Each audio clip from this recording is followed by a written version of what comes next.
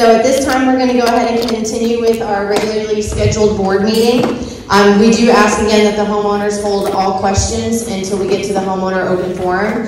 At that time also, because we do have a lot of homeowners here, and we want to make sure that everyone has adequate time to speak, and that we are still able to conduct business after. So we will give everyone an average of about 3 minutes. If I do have to cut you off, we will come back to you if there is time at the end, but we just want to make sure everyone has a chance to speak if they would like to.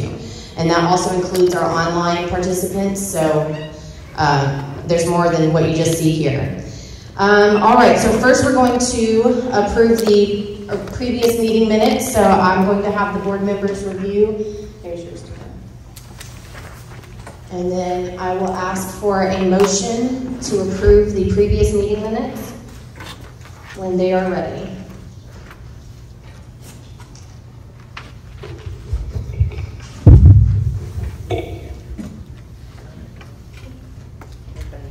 I motion that we approve the minute meetings from December 5th, 2023. Second. Thank you, Tony. And any opposed? All right, with all in favor, the motion is carried. All right, so our finances, as of January 26th, 2024, the Veritex money market stands at $115,908.60. Your Veritex operating stands at $34,637.01. And the Alliance money market stands at $85,201.70. The Alliance money market capital improvement stands at $147,080.84. And then, I'm not going to say the full name, but your Alliance money market account stands at $131,145.17. The billed assessments for 2024 are $564,984. We have collected $104,199.68, which makes the past due $460,784.32, or outstanding. But sorry, excuse me. Normally this is by the end of the year, so I just need to update. You're right. Thank you, Tony. Need to update that. And then for current business, so I know that we have a lot of violation concerns right now. At this time, the fences, landscaping, and roof general debris, clutter, basketball goals, and mailboxes are all areas that we do have our site team focusing on and reviewing when they come through the community. Violation extensions are offered until March 31st, 2024 for grass, dead bushes, dead trees. We've also added into that the painting of the houses and the fences. So both of those extensions will also be granted until March 31st, 2024. I would just like to clarify, I know there's been some questions online and some of the emails that we've gotten. We sent out a couple of e-blasts to inform the homeowners about the violations of what the intentions of Spectrum and the board were. And so I just want to make sure that it was understood that we were, the goal is to have the community reach out to either on your homeowner portal where you leave a note under your property notices, or you've submitted your ACC request. At that time, if you've done either of those things, then our site team will see those, and if it needs to be escalated or if they need to contact the ACC coordinator or the community manager, then they will escalate that and make sure that that gets to the appropriate people. So also when we offered extensions, we did note that on one of the e-blasts, but we were also expecting that the homeowners to contact us and to reach out also for those extensions. So I just wanted to make sure that that was clear so people understood that, yes, we granted the extensions and still violated for grasses, but it wasn't for violating for dead grass, it was for no grass, and then also to make sure that those violations were opened, and then the extensions are granted to be worked on until March 31st, or to reach out until March 31st. And then right now we have a couple of projects going on. We have the H&H pool coping, so we have the tile repair for the Lindstrom and Ranch Hand pools. That is to basically start weather permitting. We're still kind of working on those days that will be able to be done. And then the yesterday, the fence work and staining that's also going to be done will be weather permitting over the next few months. And then now on to new business. We're going to review the rental amendment. The board will review, and I'll have a motion from the board to approve.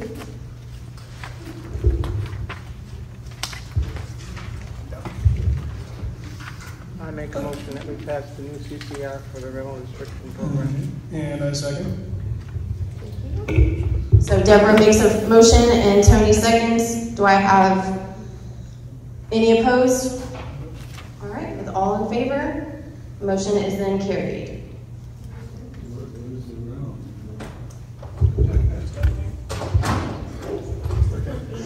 Just to update the rental restriction, we had to fine tune it with the assistance of our legal counsel to include a fining policy and a procedure, for compliance. So that was one of the missing parts.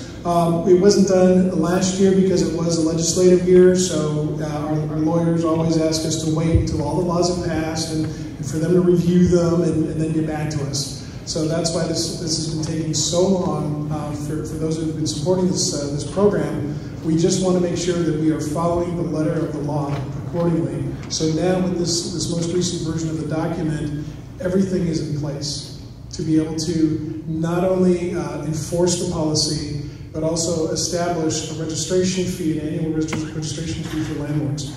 So landlords will now be paying the HOA, I believe it's $400 a year. Is that correct? Yeah, that's what we established. And to do business basically in Chisholm Ridge, and then we'll be able to utilize that money for the community's benefit. So they're considered profit sharing. And that is on the spectrum map. Once this is signed and notarized and filed, we will be putting the new covenant up on the document folder. Yes. And we are also going to provide you in a few minutes all the current statistics about the rental program. How many original homes we identified that were potential rental properties. How many homeowners have submitted their permits. How many have not submitted their permit, as well as how many that we verified that it's not a rental property. So Ashley's going to give us those stats in a few minutes.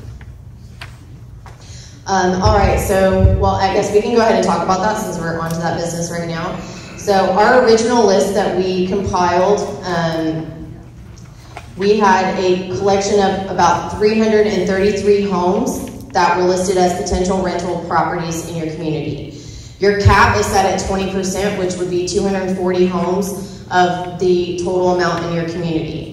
We have right now of registered owners. That means that they have submitted a rental form and have verified that they are a rental property within the community. We have that standing at about 272 homes right now. When I say about, because there are also some homes that have just recently reached out to me and told me things like, we're selling, we're about to close, our tenants have just moved out. So that list can be a little bit fluid. But right now, that is where the registered owners stands. We have about 50 non-registered owners, and then we also have about 50 owners that have contacted us to make sure that they are removed from the rental property list and have shown us, their utility bills and things to verify. So we have a pretty accurate accounting at this time, I believe, of the rental properties within the HOA. And again, we're working on that daily with the homeowners to make sure that all information that we have is verified and updated in our system. One more final point is we also have drafted a document that now will be included in anyone who purchases a home will be given a document saying that we're over our cap, and that if you're purchasing this property for an investment to rent it out, you're not going to be able to do that. So that will be starting probably within the next few weeks. Just a quick question. When does this start? Will we enforce this already this year, or will this come with the next year? The people who have not submitted their rental registration form, that's being enforced now. They've already been notified that they are in violation and that they are going to be fined. So after 3 years in the making, we're finally implementing this rental restriction program. Question. 3 years in the making. Ms. Jones, you said 3 years in the making? Yes. Okay, all right. All right, so next we're going to talk about the option of looking for pool vendors and pool patrols. This is just opening up to get estimates from other companies. Right. Do I have a motion? I'll make a motion. Brad makes a motion. Do I have a second? Yeah, you do have a second. And the purpose of this is we're looking at the possibility of a combined effort where we have pool monitors early in the day, then when we get to the evening hours, we can have, and it has to be a security company that has specialized training. We found a couple of them, so specialized training with HOA pools. So they would ensure that at the end of the day, when pools are being closed, that everybody's out, they can patrol the neighborhood a bit, certainly double back, and make sure that nobody's fence jumping or that nobody's lingered behind and stayed in the pool areas, because we do have very specific pool hours of operation. We are allowed to close down at a certain time of night because we do have quiet hours in the city, and we want to be respectful to those residents who live in the area of the pools. So hopefully, if this program is financially feasible, we'll be able to go forward with what we think is going to be the most effective combination to ensure peaceful usage for everybody in the neighborhood of our swimming pools. Thank you, Timmy. We will have some more. I'm just going to can I just mention about the pool season coming up. So there will be some information coming out to you all about that as well. We're going to probably do some events to make sure that this pool season goes a lot smoother. And that if any of the questions that homeowners may have will already be addressed, any of the access issues will will already be taken care of. We can do all the testing on site. So that is in the works right now. We are planning ahead to get that taken care of. In addition to the pools, we're also looking at things that we can possibly install on the gates to prevent the jumping the fences. Because it was a major issue last year, and we're going to try and stop it. Yes, we have cameras, but if we go and look at the cameras, we still don't know who the people are. So we're looking into some possibilities for that as well. All right. And then at this time, we are looking for an ACC candidate. We have sent out a ACC candidate solicitation. You should be seeing that as well in your e-blast and sent out in your emails to the community. I will mention as well regarding that as far as notifications and as I mentioned earlier about violations and submitting your ACC request, you should be getting an email as well from the ACC department at Spectrum that gives you every bit of information that you need to know about submitting an ACC request, how you do it. There's a video on there as well that you can click on. It'll walk you through it. It'll tell you everything that you will need to do. And if you have any further questions after that, then of course myself or our ACC coordinator that is for your community will be able to assist in that. Tell them what ACC is. The Architectural Control Committee. Sorry, thank you. I'm so used to abbreviating. Thank you, Deborah. All right, so at this time, I'm going to hand this over then and see if there's any open items on the floor that the board would like. We do have a presentation on the committees that for which we're recruiting, so we'll start that right now. We're going to. So before Tony introduces this, what we've come up with is volunteer committees that we think will be effective and get people involved. And our concern is we need everybody to step up to the plate. It takes a village, guys. We can't do this by ourselves. It's a lot of work. So with that said, Tony's going to go through the committees that we think will be beneficial to all the residents, including the kids that live here. So there you go, Tony. Thank you, Deborah. And I want to thank Steve McDonald, one of our fellow board members. He can't be here today. Family situation. But I wanted to go ahead and just point out too that years ago we decided when we have committees, the only committee that a renter can't be on is the ACC because it's homeowners making decisions for homeowners. But however, every other committee is opened up to a resident, whether they're a homeowner or a renter. So here we have information about the Architectural Change Committee. So anything that you want to do with your property, at least the exterior, you need to send it in. Even if it's something that you think is going to be a slam dunk easy, it just needs to be on the record because some people think, oh, we're just going to control everything. And we are very flexible. And if you want to do something a little different within bounds, it could be looked at and potentially approved. And also note too that when you go through this process, even if it's something that's just hey, I'm just repainting the house the same color, it protects you too, because that way if anybody ever says anything, it's like, no, they're doing the right thing, they have permission, they have authorization, so it protects you. And we do need somebody who's going to be active and responsive. We've had ACC members who might take days if they respond at all to requests that come in. And although the HOA has a policy that says, or I think it's in our bylaws, if there's no response from the ACC within 30 days, it's automatically approved. But I'm sure everybody would rather get a quicker response. And our goals have been to try to get back to people within 3 days, if at all possible, certainly within a week. All right, the Landscape Committee. Steve wrote a whole bunch in here. We're going to be posting this online so you can read all these details. This is a lot of information to be on a screen. But basically, we're hoping to have people that can help us that have an affinity for landscaping and horticulture, well, not horticulture, but still for, that know about trees, that know about grass, that know about flowers. People that can help provide us input, because we need that input. A lot of times we're flying blind and we're just guessing as board members. We need people with more expertise in this area so they can meet and certainly come up with some ideas and suggestions, not just for HOA common areas, but also because we're all challenged with these lawns that we have. And some people are in areas where, yes, we have bare spots. What can I do with this bare spot? We want to give people more options on what they can potentially do in their front yard. So if we had a landscape committee that can come up with those ideas, the board can approve them, send them to the ACC, hey, if people have this idea, they can get approved. Or at least, even if people just want to know, hey, what are my options? Our management company will make those available to them. So the landscaping committee can be very vital in taking care of a lot of stress around the community for these landscape violations. Pool committee, we've learned from a lot of our fellow HOAs, our neighbor HOAs in the area. A lot of these communities have a pool committee. These are people who help out at the pools. They're at the pools anyway a lot of times. They may know about pump systems, but they also can identify situations that need help and service. They can come up with ideas to improve things. They can even possibly work in conjunction with people who are working on social events to organize and coordinate. They also can have input on security as well. So there's any number of things, and if you have people that have that interest, we'd certainly welcome that and their input as well. Finance committee. There are people who have an affinity for finances. And one great example we have on the board right now is Sean Casey. He's very detail oriented. He will see things that a lot of other people might not see that need to be identified for the rest of us to take action on. So a lot of times, not only on what's happening actively during our normal operations, but also in our future planning too.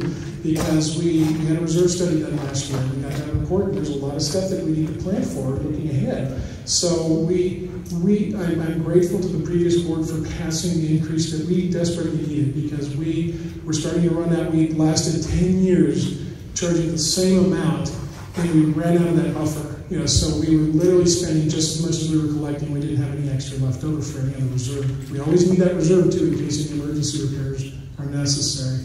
So the people on the finance committee can participate just like in any other committee and get together as often as they see necessary, report to the board. They can also report to the community at our board meetings so that you can see that it's not just the board talking about, hey, well, we're just sharing whatever we receive from the management company, but they can tell you from their perspective. They can validate and answer questions and certainly keep us on our toes.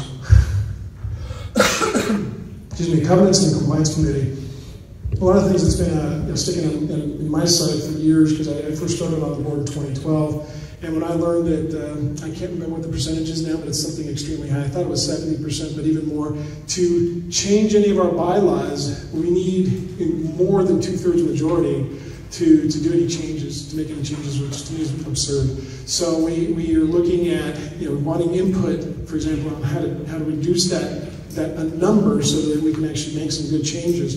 Because we even have some items in our bylaws that, because of statutory changes at the legislature in Austin, that are no longer valid. We need to kind of clean up, because our municipalities, the county does that whenever a new law comes in. They do a full review and they start getting rid of ordinances and laws that don't make any sense anymore, so they can't be enforced.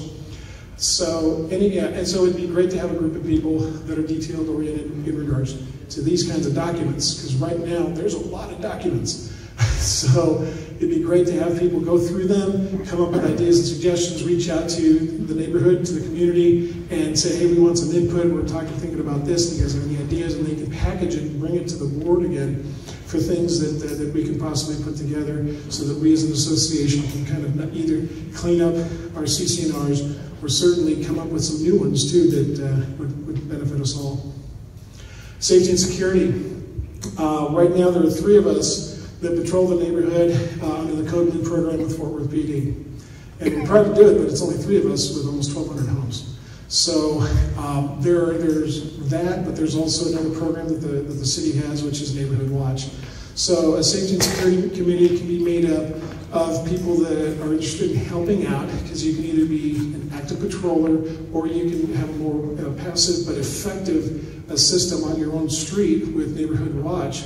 And the more we get people participating, the better. So, you know, I've gotten the commitment from the other 2 that are in Code Blue to be part of this committee. But also, if we have anybody, because like I said, we're active patrols, but if we have anybody that would want to bring back Neighborhood Watch, a couple streets started it a few years ago, but it kind of faded away. Jack did an amazing job getting things started with a lot of them. You're on your own street, but it takes some work.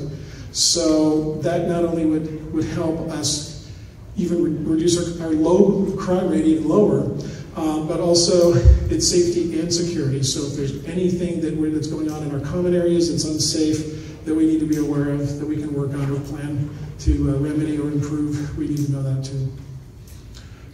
Good Neighbor Committee. This is something that wasn't expecting, but it's a really good idea. Some of us come from an era where we're familiar with the term welcome wagon. And this is effectively what this is. These are people that, hey, you're new to the neighborhood. Since we have this rental registration program now, so when a landlord receives a new tenant or new tenants, the management company will be notified. We can have this group come out and say, hey, welcome to the community, because you're a neighbor now. You're a resident. Doesn't matter whether you're an owner or a renter. Let's make sure, let's help you be a good neighbor. And of course, certainly, we'll have that information on new homeowners as well. We want to go out to them. So they can get up to speed quicker. We can let them know how to connect with the community quicker, community resources, social media, and how to possibly volunteer, either in a committee or with the city board or commission and whatnot. So they will act as a welcoming agent. They'll plan and oversee the community's social and holiday functions as well. And will also act as a resident resource. And the way this is being structured, at least being proposed, is that they could also perhaps advocate for a homeowner who's a little frustrated and is not sure how to present to the board. Maybe we need a meeting to talk about a situation. They can help some people that are a little shy or not sure of how to present stuff, so that they can get their message across. So we want people to have that kind of support as well. And that's it. So this is just a rundown of the different committees that we do have available. And if anybody's interested, email Ashley. She can forward it to us. One other thing, Tony, I want to add for the Good Neighbor Committee. We also had a discussion about trying to get our youth in the community involved in terms of any kids, high schoolers, middle schoolers, who want to maybe help someone who's a senior citizen like myself with yard work, or if there's someone that has a disability, and maybe work with the school district to see if these kids can possibly get credit for it, as well as any high schooler who may be applying to college and put it on their application. So that's another thing that we want to incorporate with the Good Neighbor Committee. So again, everybody, we can't do this by ourselves. As you can see, we think these are some good ideas for committees, but we've got to get volunteers. If you're not able to do it, then share it with your neighbor. Maybe they may have some time to do some of these things, but we need everybody's help for this to be successful. One other thing, we got some news this morning about the block demo Tony and I did from the city, so he's going to share that with us. First of all, I'd like to express my gratitude to Jack Bowen for maintaining contact with the city, because he's been a constant for them to just send them information. He hasn't been involved in negotiations and all. He's been more of an observer, but he's been helping the board. And so an email was forwarded to me by Jack this morning from a lady at the city to declare that we now have an agreement document that we will be signing to finally get those the last 2 cameras installed on Crested Butte, and to have the easement agreements that we needed for all of the other cameras that the city didn't tell us about. That's why they weren't finding us, because they assumed that responsibility is part of this process. But after all these many months, we will finally have our coverage will be complete. We're back to 100%. So all entrances and exits will be covered, and which has already been proving to reduce our crime rate to almost nothing. Now we've had things that go. They get caught on camera. People are apprehended. A lot of property crime doesn't happen anymore. I looked at the December crime report. I mean, there really wasn't anything to report, because everything was kind of domestic. So the flock system is doing what it needs to. We can walk on our streets a little safer, even late at night, because these characters are getting caught. So it's nice to know that this entrance that's been open and vulnerable for over a year is now going to be tightened up as well. So I want to thank you, Jack, and thank my fellow board members for sticking with it too, sticking to the program so that we can keep this system that has been probably the most effective crime reduction tool we've ever had at Chisholm Ridge. Thanks.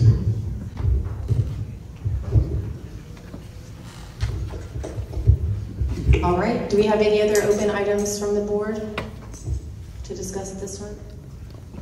Sean? Yep. Can you give a little more detail on the rental restriction? I want to make sure people understand what the new restriction we put in, what it actually entails with the registration fee, and with people if they're behind on a due more than 60 days, or if they are on a group violation more than 60 days, and then how much the cost of $200. I know we can say help offset the cost, but what is the you want to go over all the high-level details of that? Sean, are you saying you want us to do that? You're asking us to go over the details right now? Or did you want to cover them since? We can't hear. After this, a lot of questions about it. What are some of the high-level details of it?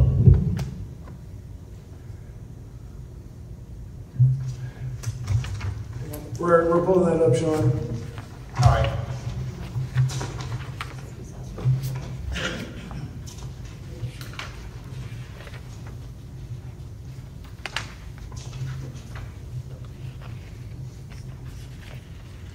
Okay, any homeowner who is leasing their property must submit a rental registration form.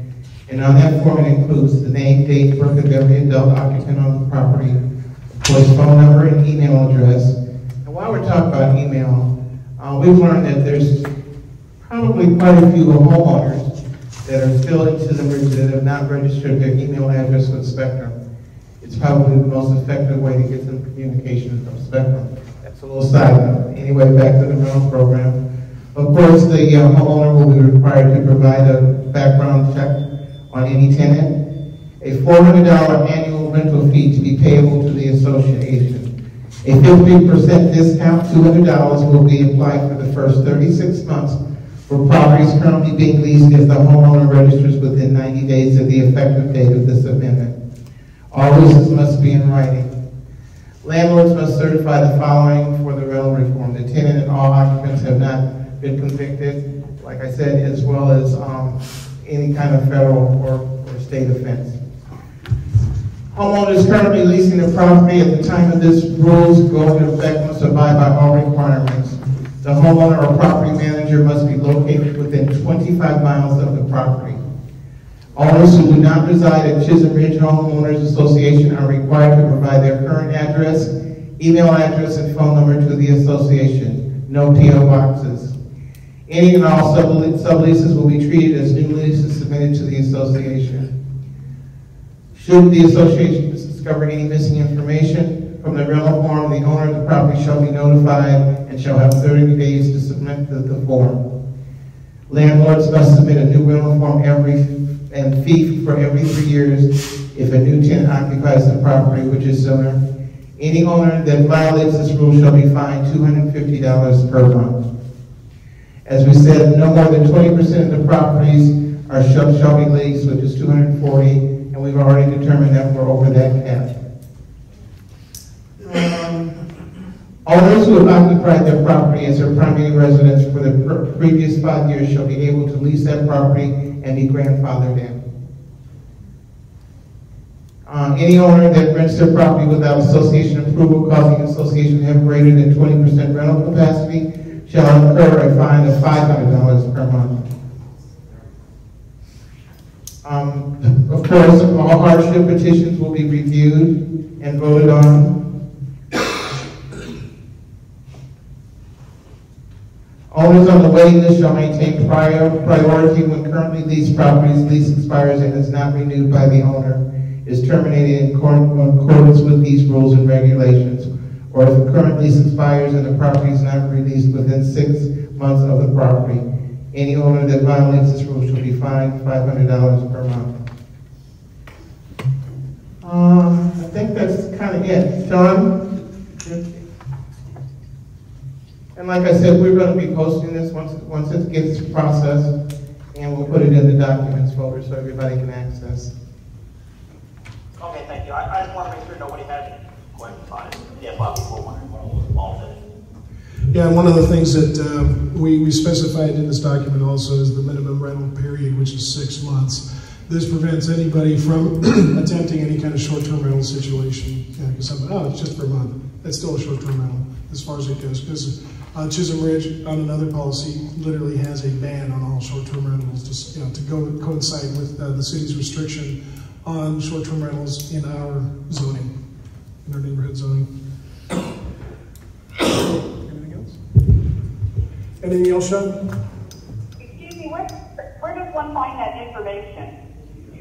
It's going to be posted. Once these documents are signed, because we just voted to go ahead and sign them, they'll be signed, they'll be recorded with the county. Once that recording is confirmed, then they will be posted with all the other documents online and accessible to everybody. But online where? On the homeowner, on your homeowner portal. On your homeowner portal. So you should be able to go into your homeowner portal, and there is here, actually. There's a folder on there, and it says documents. It's all the governing documents related to our HOA.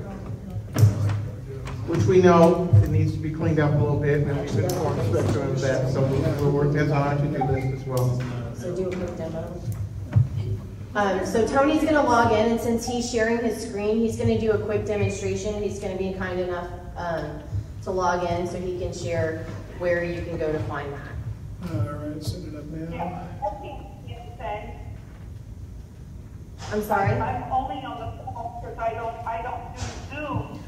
But where do I find the homeowner portal? It's the Spectrum website. So when you should be registering with Spectrum, so you would go to the Spectrum website, spectrumam.com, and then you'll register if you haven't already registered. So you would have your account number, and you would log in, you would have your email address, you would create a password, and then once you register, then you will be able to get into the Spectrum homeowner portal. And then from there you can pay your assessments, you can submit your ACC requests, you can review all of your violations or property notices, pretty much, and then all of the documents for your association are found on there. Okay, thank you. I will go look for it. Absolutely. And since you're not in person, if any homeowners do need an administration, I can try to set up a time too, where the homeowners, we can do a Zoom call or something, and those that are having trouble logging in and are really struggling with understanding, we can do that and kind of do a quick tutorial, and I can do that with the app as well. Brad, you're not the only one. I've gotten a lot of practice. Absolutely. Thank you for your question. All right, thank you, Tony, for demonstrating. So as Tony's showing you all, it's very nice of him to share his account with us. So that's where you're going to find all your documents. I'm also going to be, because we just approved a lot of the previous meeting minutes recently, so all of those will be up. You'll probably find in this month a lot of updates on there as well. But then, will you go out and go to back to your main screen so I can show the ACC video? So when you're, and it should be for homeowner. Oh, that's board. Yeah. That's the property improvement request. Yep. So the property improvement request, if you get a notification on your property, you'll also see that, and then you can go and respond to that property notice. Now, a lot of homeowners have been confused that when they go to that homeowner portal and they respond, like right there when you scroll down, if you add a request or right there, you would see a request there. If Tony had some sort of property notice or request in, you would see that listed there. So if you have a property notice, you can go in and submit notes in there. So say you have some further questions or you're letting us know, hey, I'll be getting this fixed in the next month. Our site team will see that and they will relay that information. A lot of homeowners are thinking though that it's just like a direct email to me or a contact. And that's where I think sometimes that misunderstanding is happening, where you think that, hey, I've sent a message out and the community manager's not emailed me back yet. But that has to go through the processes of the channels of who it's going to get to. So our site team will review that and see that, or our ACC committee or our ACC coordinator will see your request, will see your notes on there. And if it's something that needs to be escalated, they'll send that to me. And then if it's something that needs to be presented to the board to be reviewed or approved, then that would then be presented to them. So that's kind of the process and the way that you're going to utilize that homeowner portal in your website as well as the app to get through and you see any of the things that you need for your home and for your community.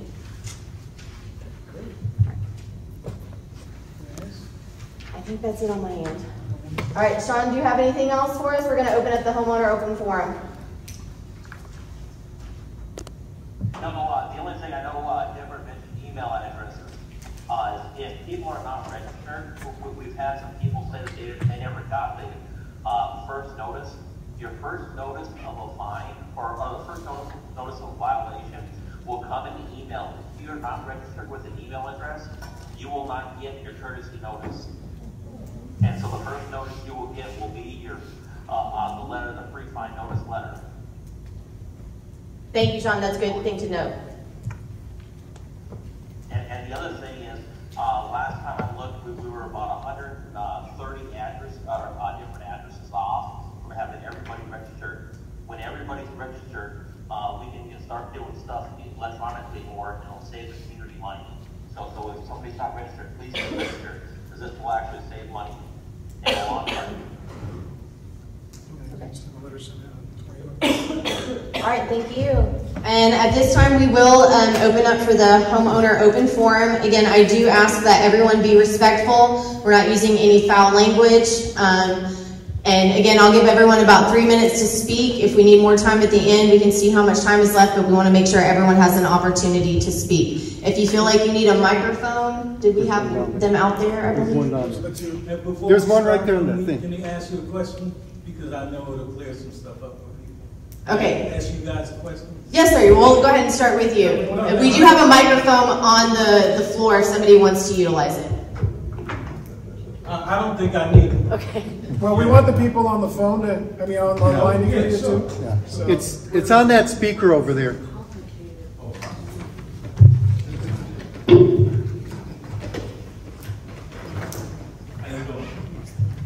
Push the button all the way up. How you doing? Yes, sir. All right. Not a rapper. By the way, my name is Michael Youngblood. My question to you guys was violations and notices. Did I just hear Sean state that those will come through email first? If you're registered. Yes, if you're registered, those are coming to emails. Okay, I'm registered, I'm not getting it. My first time I received violations, they come in the mail. And they're coming in the mail, I'll get a letter and a certified letter in the mail the same day. That's got my name. A certified mail and a mail at the same day. And then I just noticed today that your letters that you get in the mail are not jiving with what's maybe in the portal, etc. So you can tell somebody to move the trash cans, and you'll get a letter for something else. So if I'm doing everything, if I'm not getting any emails, and you tell me my landscaping needs to be done, and I go out and I do my landscaping, and then you come back and you find me the trash cans, I never got a trash can letter. I never got a trash can certified letter. And then it gets placed on my bill. Now I'm afraid to pay my assessment because you might take it for something that I've disputed. Those go to assessments first. Oh, your bill always goes to assessments first? But if I pay If I pay my bill today, it's not going to come from it's not going to be taken away through it for fines. If you prepay, it does. If you prepay. Okay. Now the other thing is this. Okay, I got a fine, and like today, I got a fine for trash cans, and my trash can. And you guys have to excuse me, I'm not perfect, but my trash can, I had to leave right after work, put my trash cans out. I didn't come back till the next day. My trash cans got put up the very next day. And I got fined, and they told me $200. I can show it to you on my phone right now. $200. Mr. Youngblood, I know we corresponded, so if you'll stay after and let us review that with you, I would appreciate that. All right, thank you. Thank you. Thank you for that. Back there, Keela. My question is similar. So I got the same thing. I got an email the same day. Yes, sorry, just one moment. We're letting the homeowners in person speak, and then we'll come back to everyone online. I do apologize. Please repeat. Go ahead. Sorry. That's fine. So my question and comment statement, whatever, is similar. So I got an email the first day. Then right after that, I got a letter in the mail. And then the next day, I got a certified letter. So we did talk about it, but my question was never answered as far as that. Is this what we're doing normally? Certified letters are what, $4? Who's paying for that? Because mine wasn't even valid. It's fall, and I got a letter telling me that my crepe myrtle was dead. Like, no, the leaves that fell off the tree. So, my question is to Spectrum. And I've heard from several people in the neighborhood who got letters saying that their trees were dead, even though it's fall. Who's paying for that? We shouldn't be paying for certified letters for every person who's getting them erroneously. I just want to make sure we're not paying for that. Well, the process is that if you're calling in, and I know you have because you and I have corresponded, but others, that's the process too, is that they need to contact Spectrum, again, go on the homeowner portal, leave a note, reach out to the management team, the ACC committee, depending on what the situation is, or to the community manager if it's a violation that they feel like they have received an error, again, with your crepe myrtle situation. And that's another reason why Tony mentioned the committee trying to, help us out with what we're looking at specifically in the community. I'm going to let the board also answer this as far as the volume of violations that have been opened and what the intentions were. No, I know what the intentions are. I don't need, my question's not for the board because I know what the board does. My question is, who is paying it? And I'm asking that here today because my question was not answered via email. So I'm hoping and assuming that I have an answer today that my neighbors are not paying for this $4 bill that was sent to me via certified letter erroneously. Because I don't want to pay for somebody's bill that never was supposed to be sent to them. So you want to know the Spectrum invoicing the HOA for postage? Yes, that's what I want to know. Because they have a cost and then we have a cost. And I want to make sure that we, Chisholm Ridge, HOA, are not eating that certified letter cost. That's expensive, $4 for every house and not that erroneously because somebody doesn't realize that it's fall and leaves fall, trees fall. So you can't answer that question. That's the question. Well, I mean, again, when there's that many violations that we've been opening to try to, again, bring the good to the community and stuff, sometimes when the site management may be out and escalating it the same day that the homeowner has put in a request. And so sometimes those things can overlap. And when we have that many violations that we've opened, there can be a little bit more overlapping.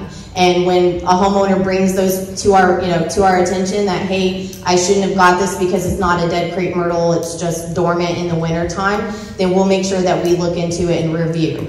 But the reason why a certified letter would be sent out is because at that time then we are saying we haven't received any contact from the homeowner regarding it, or when our site management team has gone out to drive the community again, and we've had extra drives in the last few months, then they're making sure that if they don't see that it's been addressed, then it gets escalated, and then that's how that process happens. So the escalation, I didn't answer my question still.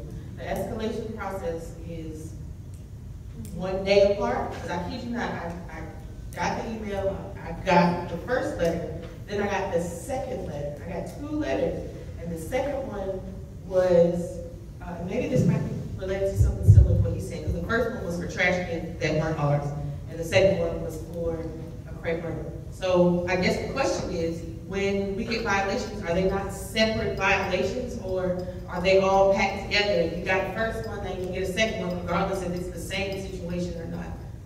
But No, I'm they still should trying to be. figure out, I'm still trying to figure out who is paying for these erroneous certified letters.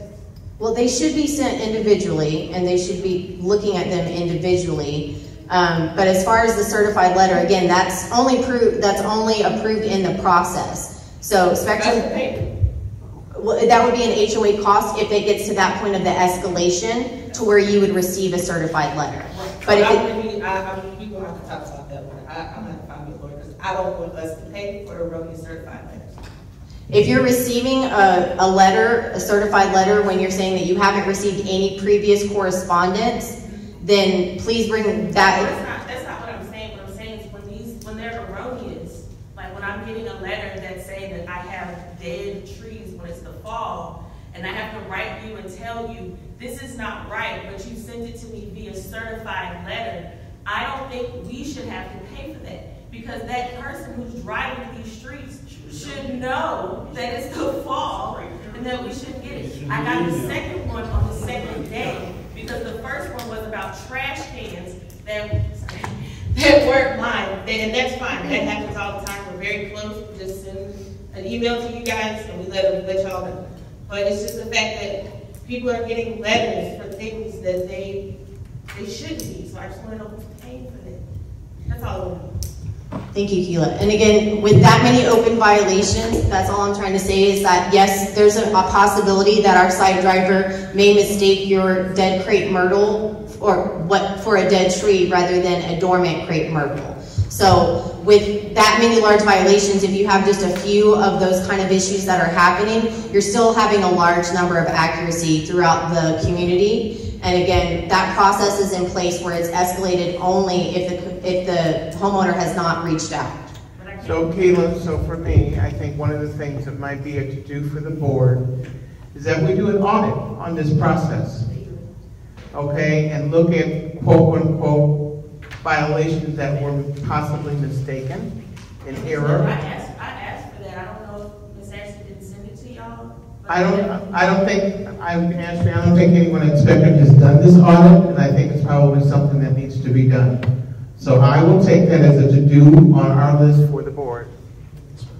Thank you. Who's got a microphone? Hello. I don't know if there's a microphone issue. I just wanted to bring that to your attention. Thanks. Yeah, please use the microphone. Online, they can't hear it. People. Okay. This is the same thing I brought up last board meeting about all these certified letters. Who's paying for it? She asked the same question. So it's prolonged. So this has to stop. And just like the last board meeting, we had a young lady here. One of my neighbors asked, these people driving around the neighborhood, are they certified? Do they know do they know what they're doing? Because they just, oh, it's dead, I'm gonna ride them out. It's ridiculous. You need to get somebody on the board, Spectrum, to be certified, landscaping, whatever, saying what's dead, what's not dead. Like last month, I got a letter stating saying my bushes were dead. I have no bushes on my side of my house. It's my neighbors. It's ridiculous. This got to stop. Because the inspector don't know what they're doing, y'all need to go. Sean, if you'd like to address some of these homeowners' concerns and questions regarding why the violations were open. Microphone fixes. Yes, I'm here. I believe that was the reason why is the board is working, and we will work with Spectrum, and it's the board giving Spectrum direction that they need to enforce the bylaws of the way they're written. And so this is not Spectrum.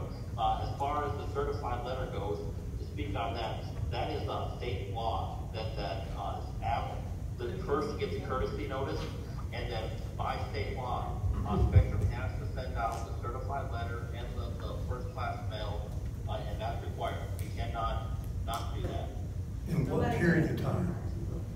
Is there a period of time between that? I think it's 14 days. Sean, 14 days. It's 14 days. Yeah. on that, I remember you saying that last board meeting about that certified letter and required by the state. But y'all gave, what, 10 days or something before?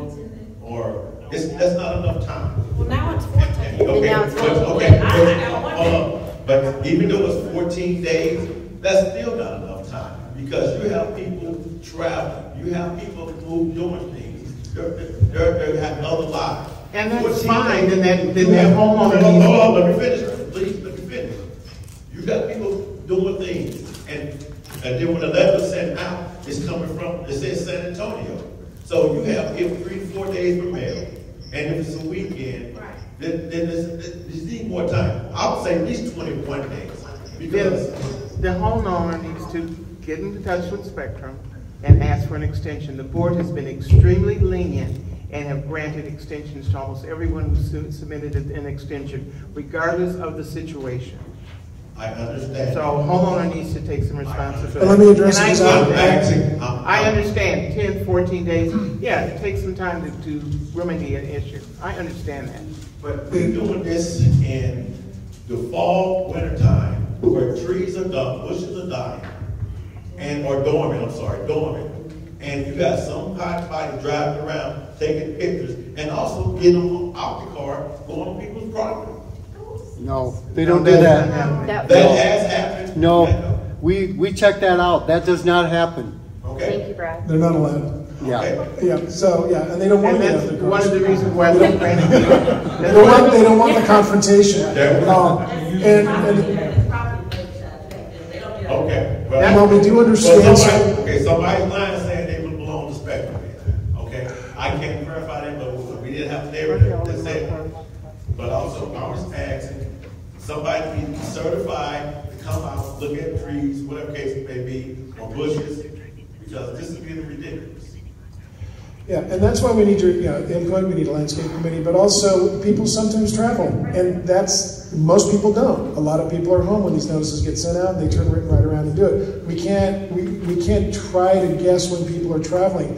They could be traveling for a month, and so 21 days isn't enough. So we have to have a benchmark, a policy, a standard, so that we can be consistent. But when they do come back, there's a lot that we as the board can kind of dial back to help somebody. And and I realize that it can be kind of be insulting to get stuff, it's written up for dead stuff in the winter, but at least you're aware of it, and we're giving everybody months of extensions to figure it out, to communicate with us so we can have everything on record, and so the enforcement people can see the record and back off too. So like Craig Merles, well, guess what? I'm sure all the compliance drivers are going to learn a lot about Craig Merles. Oh yeah. With that said, instead of everybody don't check emails. I get it, or whatever case, remember, letters. Maybe you need to put something on their phone number, because they'll see a text.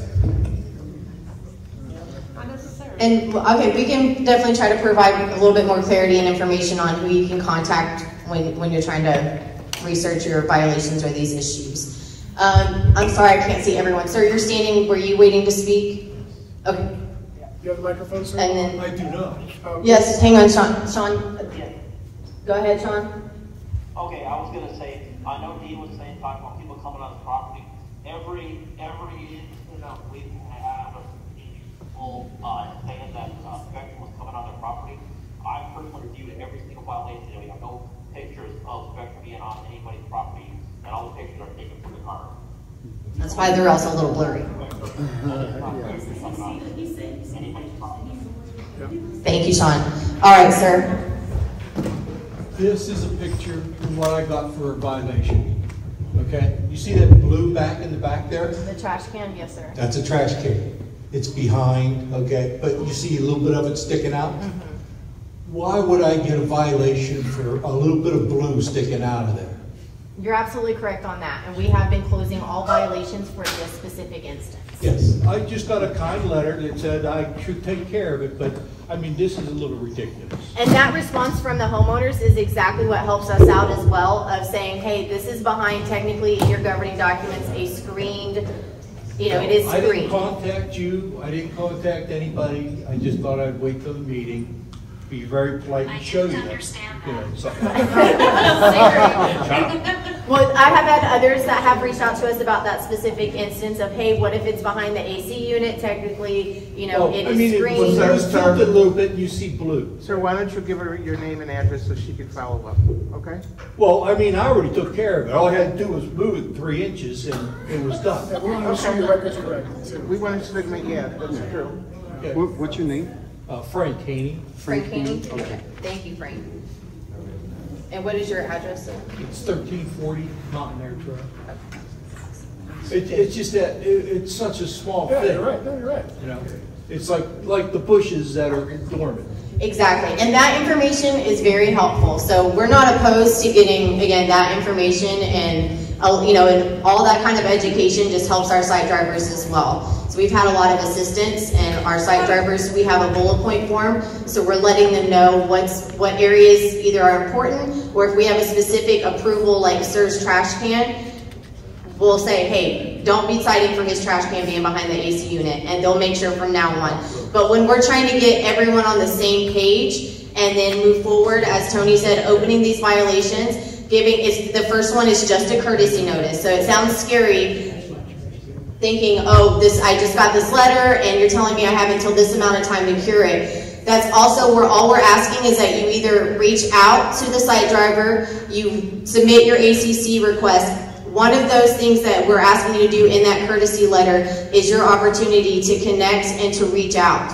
And then the extension will be offered, or you'll be placed on a hold while you're fixing the fence, whatever the issue is. But we're not telling you that you have to go and paint your entire house by February 8th. We're just saying, please contact us and reach out to us to let us know what your plans are for painting your house by February 8th, or whatever the violation may be.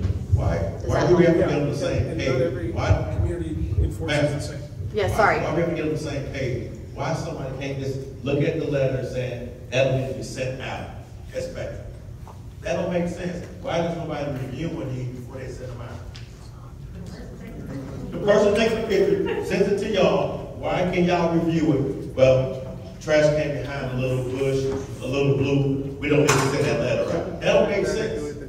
They do it at the time, so they're submitting it to while they drive around, as well as we have 1,220 violations that were open. That's a lot of reviewing, and also when I have 800 homeowners that are responding to those. Get paid? I'm not talking about just me, sir. I'm talking about the entirety of the board, the team, trying to reach out and look into all of those different instances. Is this not working? Yeah, I think it's all the different instances. To look into each of the violations. That takes a little bit of time. And again, there's a lot of homeowners that are reaching out about, hey, I just want to double check with this. I want to make sure that this color paint is okay. So that takes a lot of time, and there's a lot of homeowners that we're trying to get back to right now. Still need to dot your I's, cross your T's. If you review it before you send it out, because what that gentleman just said doesn't make sense. A little blue behind a little bush, and you send a letter out for a violation. It's ridiculous. Somebody's gonna we don't need to send this letter out. That's all I got to say. But the violation for a trash can, it doesn't matter. It's point blank across the board. If it can be seen from the street, it is a violation. It doesn't matter. They drove by, they saw it. That's it. There is no question. Now if they drive out again in 2 weeks and they can't see it, it's done. It's washed. So it doesn't matter. This is Anita Cruz, Ashley. I emailed earlier on last week, Anita Cruz, and I got a letter. Well, I think you mentioned that you want to be very clear, it won't be very accurate, but your letter is completely the opposite of those two things. Your letter said your house needs to be repainted, period, something about emailing ACC, whatever, and then the other word trim. I have no idea.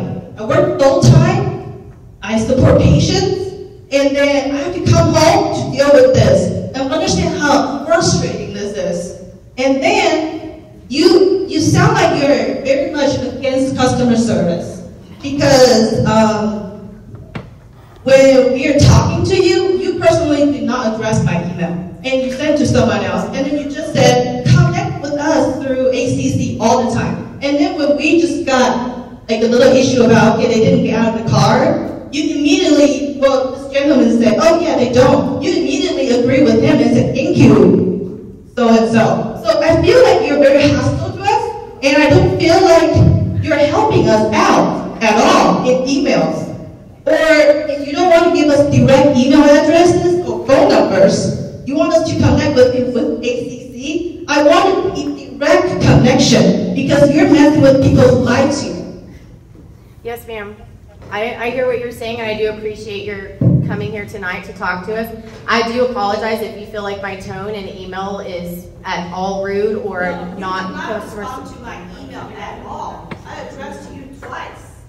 Okay. 0. Yes, ma'am. And again, I do apologize for not getting back to you or the. Oh, I'm sorry to cut you off. I also want to say you want to focus on accuracy. Okay, people have missing emails. I have changed my emails. I had property management earlier, and you did not change that, and then you emailed it, and that's frustrating. So I totally question your accuracy as a company.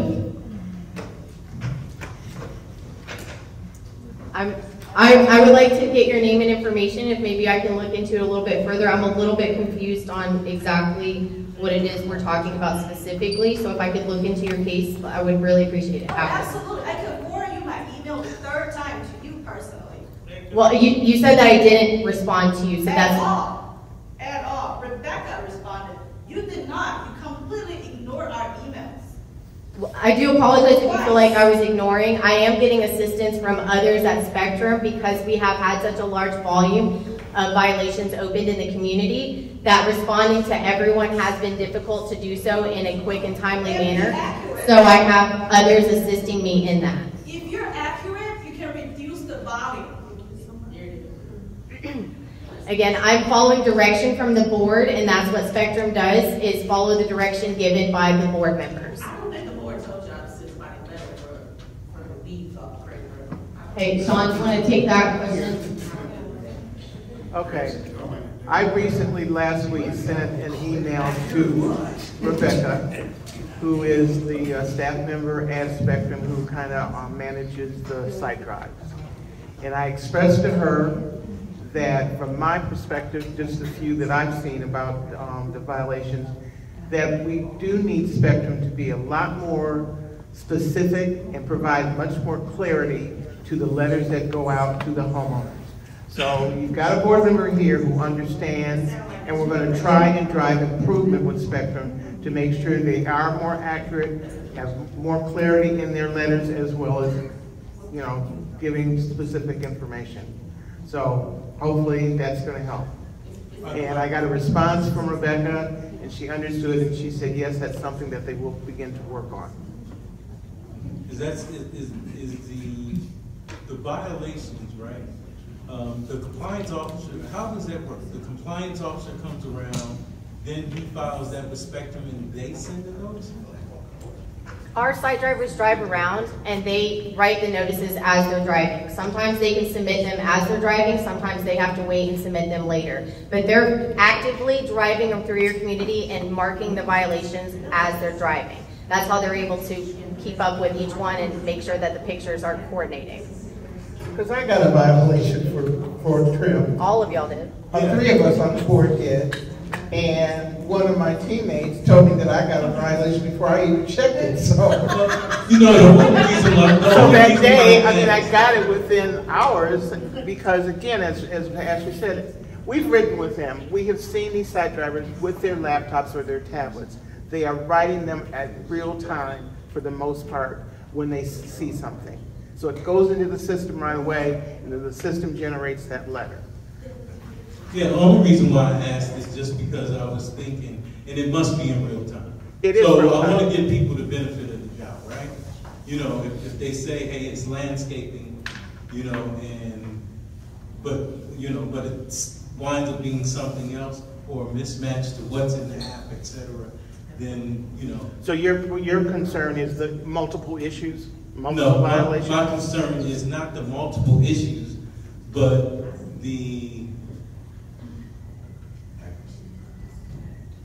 accuracy, but I'm a former Marine, so chain of command, and chain of command, communication, all important, you know, and we don't never want it to be a cluster, right? And so,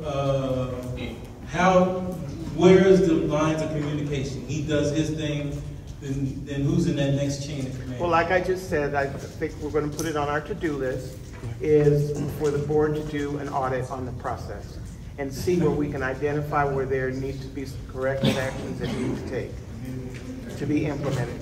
We met last week with the district VP of Spectrum. We've expressed to him some of these concerns. So I want you all to know that Spectrum is aware of the issue that we're bringing to the table for them to work on and improve.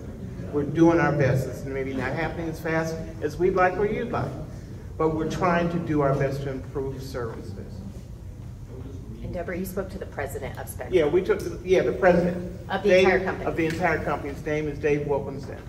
And we got an email from him just the other day, response to our meeting with him.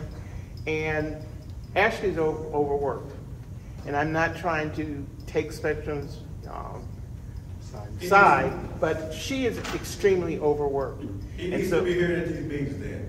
What's that? I suggested, I don't know where he lives, but when we ended our call the other day, I did extend an invitation to him. He just said he wasn't able to make it. So maybe one day he will be here. And the next time I think what we'll do is we'll ask Rebecca, who is the Spectrum team member who manages the site drivers, for her to come. And you guys can address your questions to her. I'm willing to do whatever I can for all the homeowners. I'm here for you. I'm not here for Spectrum. But my only concern about Spectrum is that they improve, like any other company. And Mr. Wilkinson, who's the president, he is open to any and all of our suggestions. So my question's actually really short. On the agenda here, it says extensions for grass, etc., March 31st. Is that automatic, or you have to make a request? For those categories, the board has gone out already and approved. For those situations, every homeowner will have until the end of March to remedy it and cure that violation, including myself. Okay.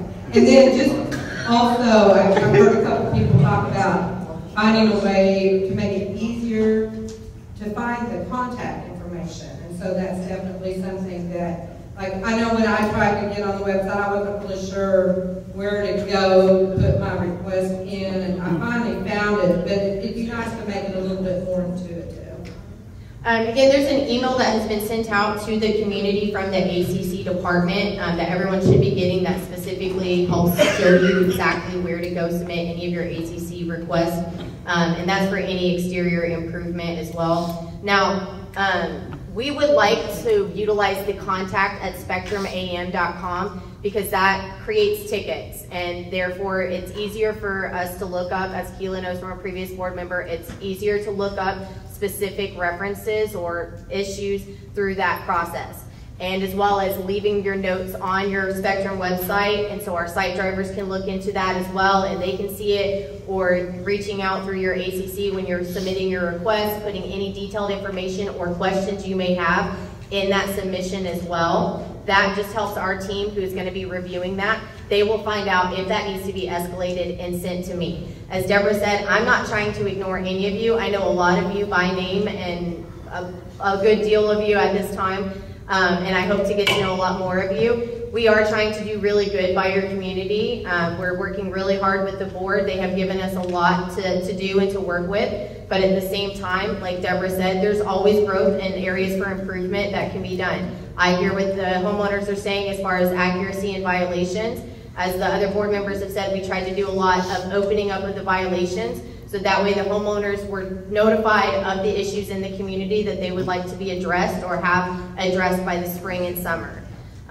So that contact email is the best way, and that's why we can go through these processes. If there's something that absolutely you need to get in touch with the community manager, you can email me directly. And again, I'm trying to contact all of the emails that I've been sent regarding all of the violations that we have been open. I do apologize if anyone has been missed or skipped, or if they haven't been responded to. Like I said, I also have been sending that as well to other departments or other managers in my company for assistance, just because there is a lot to do, and we want to make sure that Chisholm is getting the full coverage that you guys deserve and need right now.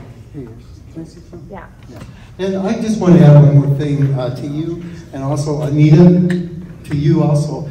That's a perfect way to get a hold of Spectrum, is, you know, and I do the Facebook post for 3 different Facebook pages for Chisholm Ridge. So if you ever need to see that, believe me, I've posted it many, many times in a lot of my posts. So anyway, we have the board here has a specific email address, and that's on the, you know, it's also on the Facebook pages.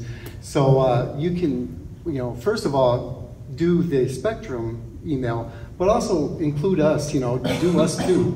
Send it to us, because maybe they might miss something, you know, and we can remind them of it, or we can inform them of it. So I ask you all to utilize both of those email addresses, the one to Spectrum and the one to the CR HOA board 2324 at Gmail.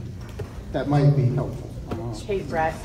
Also, just please make sure that you're putting in the correct HOA email, because I got an email today from a Georgia email address that homeowners have been reaching out to them. It's crhoa@gmail.com, but y'all's is crhoaboard@gmail.com. 2324. 2324, yeah, gmail.com. So please just make sure that if you need that email after, just let us know, we can get that to you. But please make sure you're sending it to the right one, because I got an email from Georgia today that said they were... Repeat that again, please. Yeah. Here, Brett. Okay. It's CR, which is Chisholm Ridge, HOA board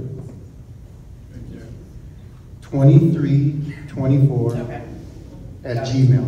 All right, Sean, I'm going to have you speak, and then we've got a homeowner that wants to say something. What were you going to say, Sean? We can't hear you, Sean. Hang on. Try to talk again, Sean.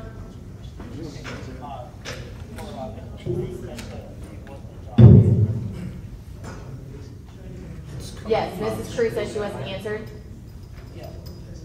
She still can't hear. Yeah, we can barely hear me. I'm sorry, say that again, Sean. You said she had asked to be removed, and what did you say?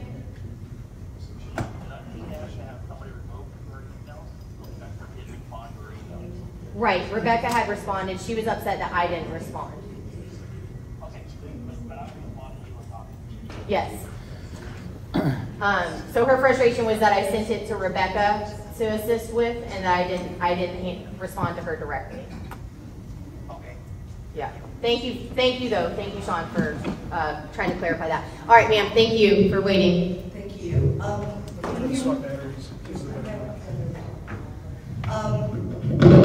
I want to say first of all, actually, that you are the only person at Spectrum that has ever acknowledged an email to me. I did send you, we have a rental property here in Chisholm Ridge, and I registered it, I believe, last summer. Yeah. And then again in December with you. I don't know who it was in the summer. So when the form first came out, I think. And then 2 more times in January. Do you remember that? You'll have to remind me your name and the property address. Carol Friends. Okay, yes, I do know your name. But anyway, you are the only person at Spectrum that's ever acknowledged anything real with me. Who was managing the property before Spectrum came on board? Was that, and how recently have you been? That was a good one. So 3 years Spectrum has been managing the community now. There was 2 previous community managers before I took Spectrum over October 3rd. And so since the day that I took since the day I took over Chisholm Ridge for the previous manager at Spectrum, I've been working with the board on that rental program and to make sure that all the previous forms that we had submitted, I have verified and went through, and then any new forms that I have. So this rental list that we're talking about that I read from earlier is that list that I've been working very, very hard to make sure is accurate. So one, I appreciate you for taking so much time to contact us and to try to get us that rental form. And I do apologize that I'm the first person to make contact with you. But that is one of the issues that we've just are running into. There is a lot of response, and I'm trying to make sure that we're verifying. And if I have reached out to you or have asked you twice, I do apologize, but I believe we should have it on file now. That's okay. I think you have it on file too. I just want to make the point that I do it in the summer, yes, December, and then twice in January. And I don't really have that much time. I just want you to know I work too. I think you are I think you're overextended personally. I think I was in the property management business and managed an HOA for a long time. I think you have the biggest job I can imagine. Help is coming. As I just said, we met with the president of Spectrum, and that was one of our biggest topic. Yeah. Was everything that's on Ashley's plate that she has to do, and especially with us launching the implementation of the rental program. It's a lot of work. It is a lot. So there's probably going to be an assistant given to help her with this workload. And I have to say, not to pat myself on the back, but the rental program, I personally spent a week looking at close to 500 homes in this community to create the potential rental property. I looked up every single one in Tarrant County District. So it was a lot of work that Spectrum probably wouldn't have been able to do because they didn't have the resources to do that. I have something else I'd like to discuss, if I could, for just a minute. So last year, we had a storm and had to replace a roof on Horseshoe Bend, at our house on Horseshoe Bend. And I'm going to tell you that I was just dumb. I didn't know we had an ACC. I did not know. But we had water coming in. Water coming in from the roof through the ceiling. The house is getting wet. We went ahead and had the roof replaced with the very same shingles that were on the house, except that we used 30-year shingles, not 20-year shingles, like the builder used, and we were fined by the HOA, by the board, whoever, for not completing an ACC document. This was last year? Yep.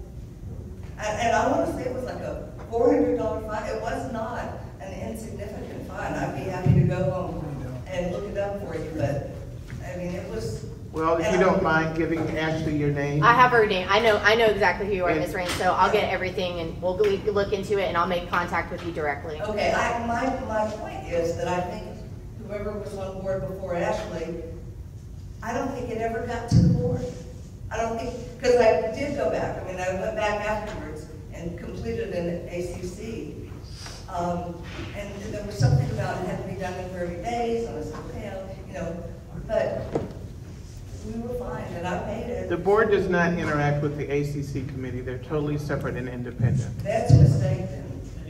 It's a Texas law, unfortunately, that we can't, that's not anything we can get around. Well, how does it work that somebody like me, who's got water coming in to their house, needs a new roof? I mean, we had the blue tarp on it, but there was nothing we could do except replace the roof with the very same shingles, except, not better shingles, and we did fine. Well, we're definitely going to investigate that and look into what happened or what didn't happen regarding, your situation. We'll review your transactions in the account, and then we can look and see what we can do for you to assist. Are there any other questions? Because we've got to be out of here by 8:30. And I do want to share with you guys.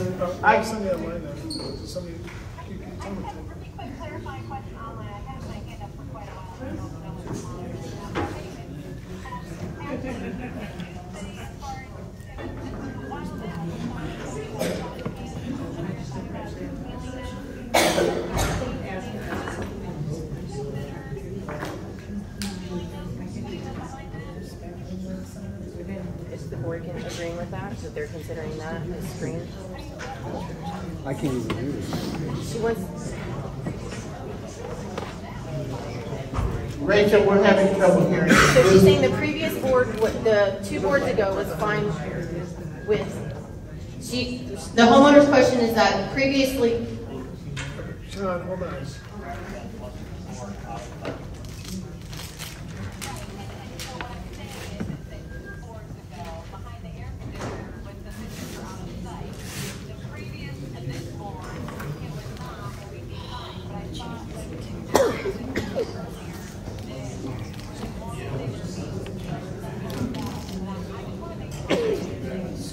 Yes, we're going to review that with the board this evening. We're going to make sure that we have a detailed description, like the other homeowners have talked about the accuracy of the violations in the community, that we know exactly the standard in which we're trying to uphold. So that specifically will be something that the boards will review based on your governing documents, what Spectrum will be allowed to violate regarding the trash cans. Real quick, Alan Donaldson, 1832 Delafield Drive. We have some bare spots on our grass. 2 really big, old, dying oak trees. I spent part of the time summer, fall trimming some of it because the sun's not getting to it, so the grass is dying. I get it, violation, I'm all for that. The resolution, does it have to be sod or can we use seed? Either one. It's your personal preference, sir. It's your property. You make that decision. So if reseeding it addresses it, that will satisfy that? Great. Okay. Second thing, real quick. On the letters that come out that say do not respond to this because, or the email says do not respond to this, is there a way we can put that email to the board on that so that there is a valid link to respond to? Since the email itself, we're not supposed to reply to. I understand that. There's nothing to reply to. That's great. Can we put the address on that form as a possible resolution? The address on the form? The email address to go to where it does need to go. Because the form itself, do not reply to this email. The email that we can reply to, can we put that address on the form? Just an extra line. Can you put a link on the email that takes you to the spot where they need to ask for the extension is what he's asking. So that it's automatically in the email that you send in the first. I mean, that would just be your homeowner portal. Yeah, just put a link in the homeowner But is that link attached to the email that you receive on your first violation? Okay, I can talk to our site management team about trying to get that incorporated into your emails that are sent out. That was it. Thank you. Okay, we've got to go to an executive session here, and it's 8:13. We'll take one more question because we have to leave the premises by 8:30. I wanted to share with you that while we were meeting here, I did get a text from the principal here at Highland from Andrea Lasher, and she wanted to make sure that everything was running smoothly and the accommodations were great for the homeowners. So there was a great partnership with the ISD to make sure that we had meetings in here tonight because the elementary school was booked. So we did thank the Highland Middle School staff. I have quick 2 things. So I don't have a rental, but I'm going to ask this because I think it would help the rental people. Is there going to be something added to the portal so that renters or like people that are renting their homes have access to see whether their stuff has been submitted and they're up to date? Verify that what they've submitted is received. That's something we can work with the board and with Spectrum to get done. So I think it would make sense because it's going to eliminate, you can put all your information for rental people there in that one spot. My second question is, and I think earlier somebody asked about where do I find the documents for the bylaws. I've looked at the bylaws before. It's a struggle to get through and there's a lot of amendments. Yeah. Is there anything against actually like reviewing? We're over a 20-year community. There's been a lot of amendments. Is there a way to have our bylaws can just completely overhaul everything in one spot so that we all get a new version of this and it's all in order and not crossed out, whatever? Is that doable? You can't see me, but I'm sitting behind the screen. But one of the things that's on my list is to do with Spectrum is to clean up that folder, the document folder. One, I would like to see a table of contents of some kind be placed on there so people know exactly where to go and what the name of the document is in the category. I think with the formation of a new committee, the covenant, that would be an excellent task for them to do, is to go through, review all of our CCRs, define which ones need to be updated, define which ones that need to be maybe archived. I mean, that's a lot of work. I just think, yeah, I think it's a great idea. Like using a lawyer to rewrite and just get everything in one spot would be, it's going to change, right? We're going to be here for another 20 years, and we're going to have more amendments and things that happen, but it's been so long. Why not clean it and make it? I totally agree with you. We've been here for 20 plus years that this task has never been done. So it is a task, it's on our to-do list, but it would be good to have this committee form, some volunteers to help do that, because that's very time consuming is what you're asking us to do. I was going to say it should be an attorney that really... Well, what we would do is we would review all of the documents and then give them to our attorney to review. To tell them what we're going to keep. Because we got to pay the attorney too. Who's the attorney, Manning? Yes. Myers. Manning and Meyer. I just got something real quick about safety. I'm guessing you guys live in the neighborhood, right? The community. Okay. Do you have a fire hydrant next to you or in front of your house? There's one there, yes. Like any, yes. Okay, because I got some petty neighbors that park right in front of it. The only reason I'm saying something about it, because that's the only excuse, because I'm sharing it with my other neighbor to my left. There's a mailbox, and I keep getting a note. We're not going to deliver your mail because it's going to Sir, blocked. we have seen on the various Chisholm Ridge pages people complaining about people parking in front of mailboxes as well as the fire hydrants. Those are issues that need to be given to our neighborhood patrol officer, Byrd. That's something that HOA has no authority or control over. We can't control about parking. At least say, hey, to the city of Fort Worth, can y'all put a sign here, no parking? That's the city. That's a city service, not an HOA. We could request it, but we have to work with Officer Byrd. Let me add to that by saying historically, when we have situations that are similar to this, when all the residents along that street call it in, report it in, do whatever they need to contact the city, they will pay more attention to you than they will an email from the board. Because it doesn't directly impact us, but if it directly impacts you and several of your neighbors, they're going to pay attention. They're more likely to take action. Is that Daryl? Okay, then yeah. He was asking to put the microphone. Yeah, I did. Okay. All right. Thank you everyone for coming in tonight. We do appreciate you.